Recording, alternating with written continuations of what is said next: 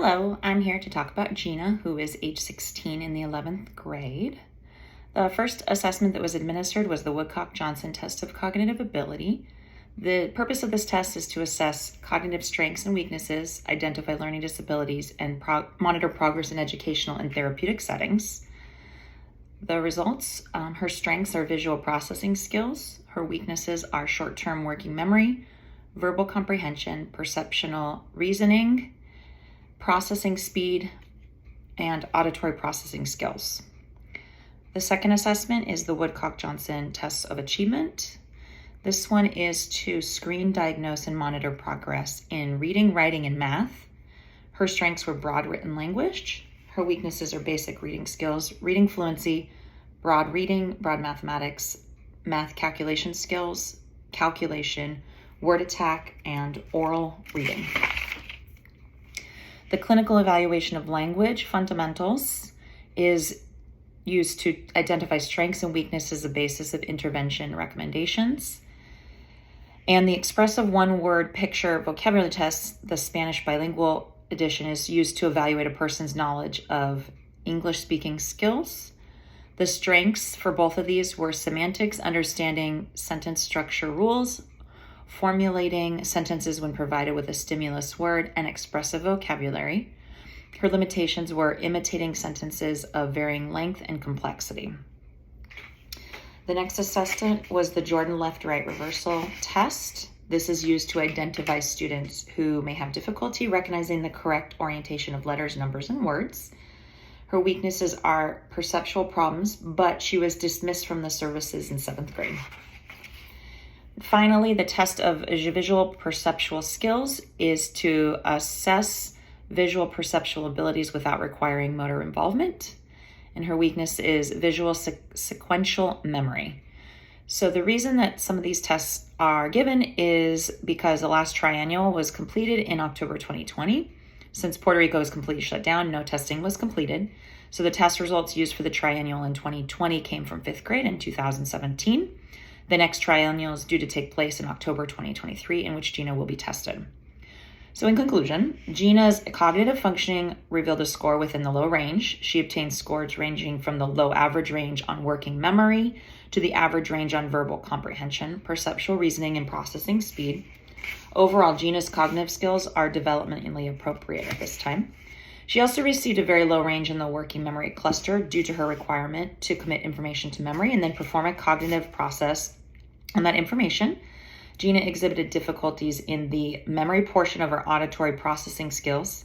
Finally, her overall visual processing skills based on the Woodcock-Johnson test of cognitive abilities were within a range that is considered below average. She experiences more difficulty on tasks that require her to remember visual pictures in a sequence, which also highlights difficulties with short-term visual memory.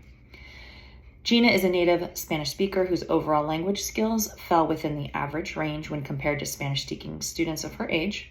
Her receptive and expressive language skills fell within the average range. She only demonstrated mild difficulty imitating sentences of varying length and complexity.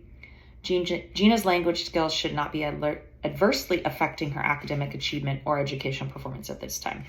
However, since she is an English language learner, she needs accommodations made for students learning English as a second language.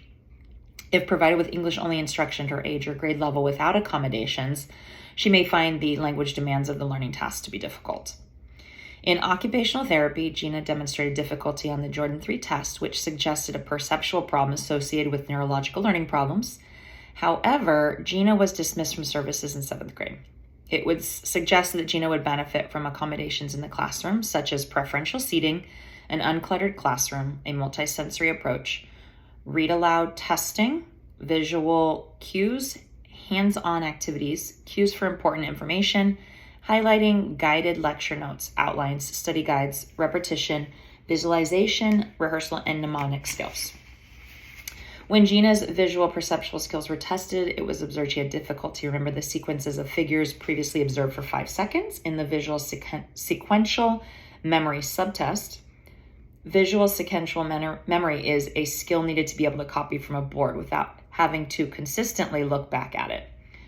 Problems with this skill can influence Gina's ability to sequence letters or numbers in words or math problems, remember the alphabet in sequence, spell, perform math, retrieve words with reversals or when out of order, and remember the order of events after reading.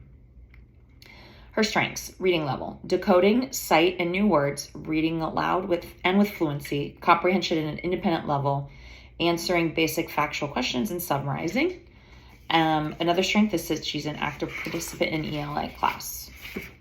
Her needs: in writing, she provides evidence from the text, develop constructed responses with supporting details, and more in-depth responses analysis. She also needs assistance in reading comprehension, answering analytical questions, making predictions, and discerning a paragraph's main idea and details. And math, basic facts, decimals, fractions, word problems, basic algebra skills, order of operations, computing components, evaluating variable expressions, integers, graphs on an X and Y axis, and solving equations. Some recommendations. In writing, Gina would benefit from graphic organizers and writing prompts. In math, Gina would benefit from the use of a manipulative, such as a calculator, and extra time to complete assignments. In reading, Gina would benefit from text-to-speech for reading comprehension.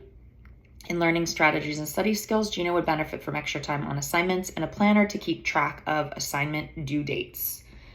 Gina has the diagnosis of specific learning disability, and that is what she is eligible for in the general education and special education classrooms.